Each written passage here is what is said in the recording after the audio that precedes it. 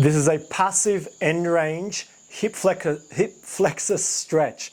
So what you're going to do is you're going to get yourself into a nice long lunge. You want to go long enough so you feel the stretch obviously, but not too long that you lose the attributes in the hip. It's going to be posterior tilted, and you don't want your front leg so far that it collapses. So you want to bring it in so you feel like this is stable where it is, and you can feel that in your hamstring.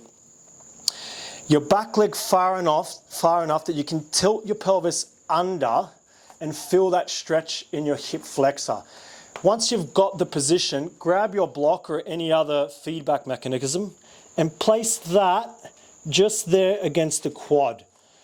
And what you're going to do is you're just going to hold this stretch. So my pelvis is tucked under and it's just pushing into the block. I'm not using force to push into the block, but if I untuck my pelvis, I'll lose the stretch in the hip flexor. So tuck it under.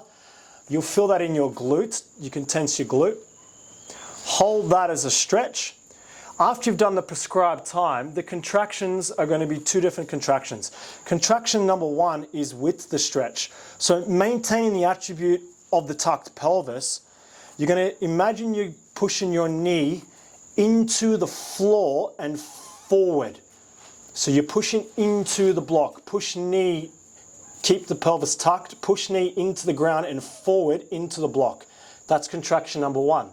Contraction number two, again, maintaining the pelvis tilted, you're going to imagine that you're bringing your knee backwards. So you're trying to bring your knee backwards and straighten your leg, keeping your pelvis tucked. You won't straighten your leg, but it's the sensation. So you're drawing your leg back as you keep your pelvis tucked, and you're going to feel that stretch. And these are the two contractions for the exercise.